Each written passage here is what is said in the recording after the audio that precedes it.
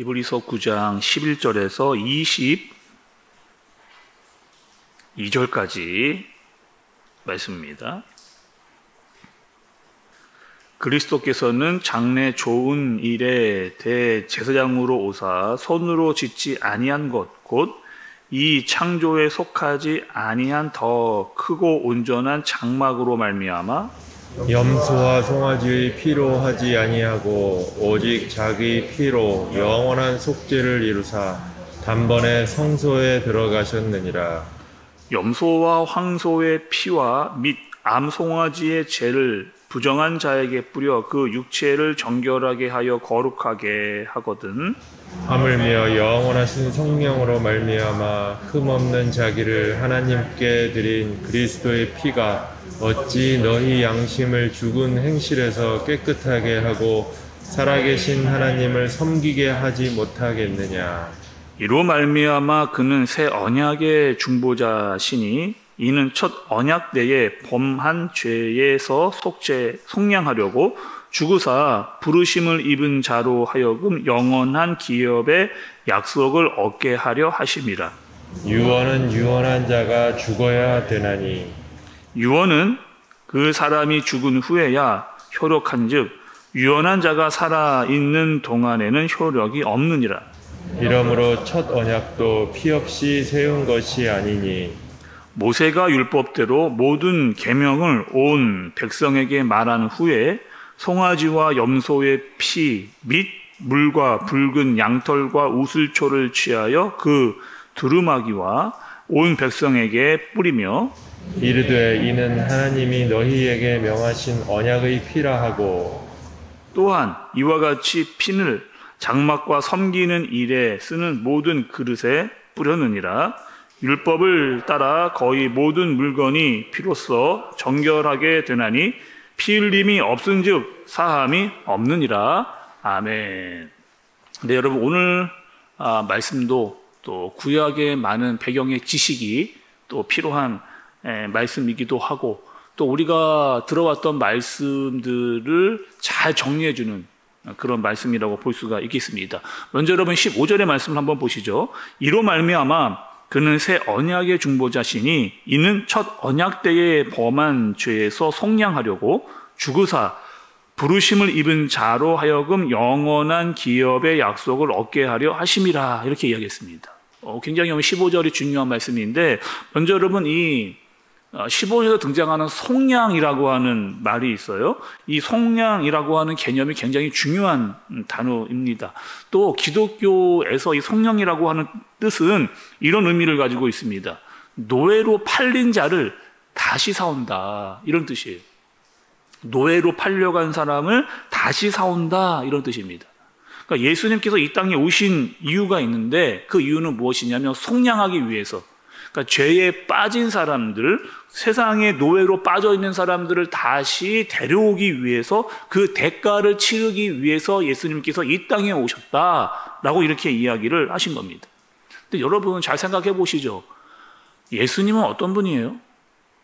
성자 하나님입니다. 예수님은요 하나님이세요.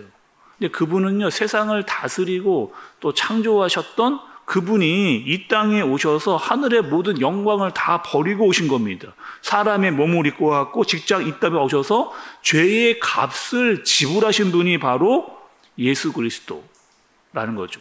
그분이 이 땅에 오신 이유는 속량하기 위해서 이 땅에 우리를 위해서 오신 겁니다.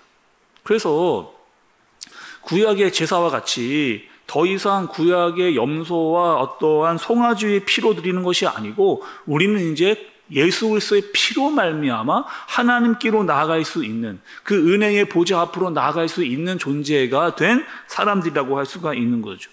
우리의 죄를 위해서 그가 피를 흘리시고 그분이 화목 제사가 되셨습니다. 그래서 우리의 구원은요 우리의 공로로 이루어진 것이 아니고 그럴 만한 자격도 우리는 없는 사람들 뿐만 아니라 구원은 전적인 하나님의 은혜로 우리가 얻은 것이다. 그래서 우리는 여러분 그 은혜를 생각하면, 그러니까 그 예수님께서 우리를 위해서 속량하신 것 그리고 그 피를 생각하면 우리는 그분의 이름을 높여드릴 수밖에 없다. 이렇게 결론이 나게 되는 거죠. 영원 하나님을 떠나갈 수 없고, 또 예수님께서는 우리가 죽은 행실, 여전히 죄와 사망의 그 속에서 살기를 원하시지 않으시는 겁니다. 그래서 예수님께서 우리를 속량한 사람으로서의 가치를 알고 살아가기를 바라시는 거죠. 여러분, 우리가 예수의 피로 말미암아 구원을 받은 사람들인데 어찌 다시 죄 가운데로 들어갈 수 있겠느냐? 그것은요, 예수님을 2번 죽이는 일입니다. 그리고 예수님의 피의 값, 그 정결한 성자 하나님의 피의 값을 값싸게 여기는, 그렇게 생각을 하는 사람들이라고 할 수밖에 없다는 거죠. 여러분, 예수님께서 피를 흘리신 이유는요, 누구를 위해서요? 부르신 자들을 위해서, 특별히 저와 여러분들을 위해서, 하나님께서 택하신 사람들을 위해서 자신의 피를 예수님께서 흘리신 겁니다. 여러분, 16절과 17절의 말씀을 보세요. 16절과 17절의 말씀입니다. 유언은 유언한 자가 죽어야 되나니 유언은 그 사람이 죽은 후에야 효력한즉 유언한 자가 살아있는 동안에는 효력이 없느니라, 이렇게 이야기합니다. 여러분, 유언은 언제 하느냐? 살아있는 사람이 내가 죽은 이후에 어떠한 효력을 발생하기 위해서 이야기하는 거예요. 유언은요. 그래서 유언은 반드시 유언한 자가 죽어야만 효력이 발생을 하는 겁니다. 이미 여러분, 구약에서 하나님께서 많은 이야기의 말씀들을 하셨잖아요. 그리고 예수님이 이 땅에 오셨습니다. 예수님이 죽으신 거예요. 그 죽음으로 말미암아 효력이 발생했습니다. 어떤 효력이요? 우리가 영원한 기업에 들어갈 수 있는 효력, 영원한 기업에 들어가 소망을 가질 수 있게 된 효력이 우리에게 적용이 된 거예요. 어떻게요? 예수님이 죽으심 때문에, 그분의 죽음으로 말미암아 그 효력이 우리에게 임하게 되어진 것, 영원한 기업에 들어갈 수 있는 소망을 우리가 갖게 된 효력을 갖게 된 겁니다. 근데 여러분, 그것이 어떻게 된 것이다? 예수 그리스도의 속량으로 말미암아, 그분의 피로 말미암아 우리가 죄에서 빠져나올 수 있게 된 것, 그것을 이야기해 주고 계신 거죠. 또 여러분, 19절과 20절의 말씀을 좀 보겠습니다. 19절과 20절의 말씀이요. 모세가 율법대로 모든 계명을 온 백성에게 말한 후에 송아지와 염소의 피 및 물과 붉은 양털과 우슬초를 취하여 그 두루마기와 온 백성에게 뿌리며 이르되 이는 하나님이 너희에게 명하신 언약의 피라 하고, 이렇게 이야기했습니다. 여러분, 오늘 이 19절의 말씀은요, 어디를 기초로 하고 있느냐? 출애굽기 24장의 말씀을 가지고 그것을 배경으로 하고 있는 말씀이에요. 여러분, 우리가 이 출애굽기 24장의 내용도 말씀을 들었습니다. 어떤 내용이었느냐? 이런 내용이었어요. 출애굽기 24장은 모세가 시내산에서 10계명을 가지고 내려와서 백성들을 다 모았습니다. 그리고 그들에게 물어봤어요. 너희가 이것을 다, 하나님께서 주신 이 율법을 다 준행을 하겠느냐? 이 얘기를 출애굽기 24장에서 했습니다. 그리고 그들이 어떻게 했느냐? 모두가 다 모인 자리에서 백성들이 다 준행하겠습니다 라고 그렇게 다 고백을 했어요. 근데 그 고백으로만 끝내지 않고 어떻게 했느냐? 언약식을 합니다. 언약식을 하는데 그들이 단을 쌓아서 약속을 지키겠다고 다짐을 하고, 그리고 번제와 화목제를 드리는, 그리고 이 모세가 그 피를 드렸던 제물의 피를 가지고 백성들에게 뿌렸던 그런 기록을 가지고 있는 언약식을 하게 되는 거예요.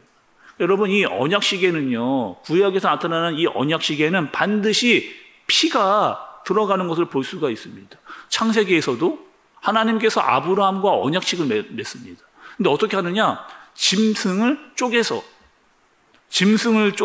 그 짐승 사이로 걸어가는, 이것이 바로 언약식의 모습이에요.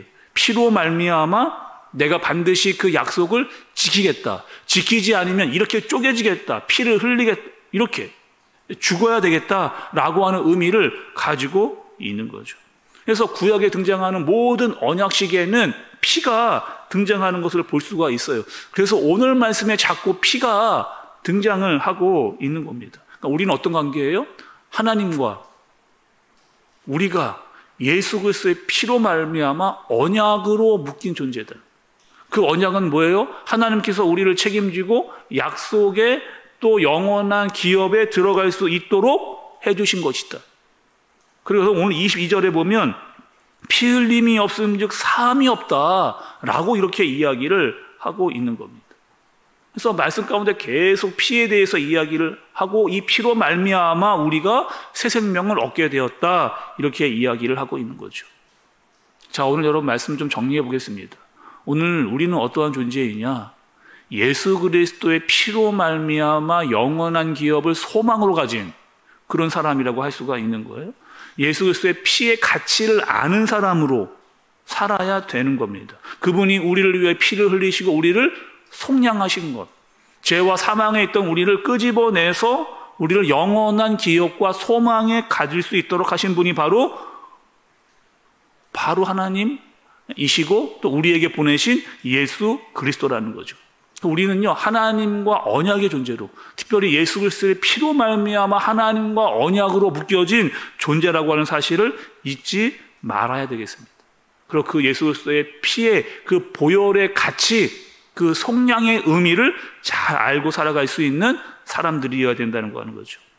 예수님은 하나님께서 부르신 사람들을 위해서 죽으셨습니다. 그리고 우리에게 영원한 기업과 소망을 주셨다. 그 예수 그리스도의 보혈과 속량의 의미, 그 값비싼 그리고 하나님의 피로 말미암아 구원을 얻은 그 가치를 알고 살아가는 구원받은 자로서의 삶을 살아갈 수 있는 저와 여러분들 되어지시기를 예수님의 이름으로 축복합니다.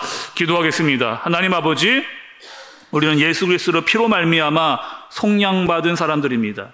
그 피의 가치가 얼마나 큰지를 알고 살아갈 수 있도록 인도하여 주옵소서. 우리를 부르시고 우리에게 영원한 기업을 주시고 그 모든 것들을 은혜로 베풀어 주셨습니다. 감사하고 그 피와 보혈의 가치를 알고 살아가는 우리가 되어지도록 인도하여 주옵소서. 예수님의 이름으로 기도드리옵나이다. 아멘.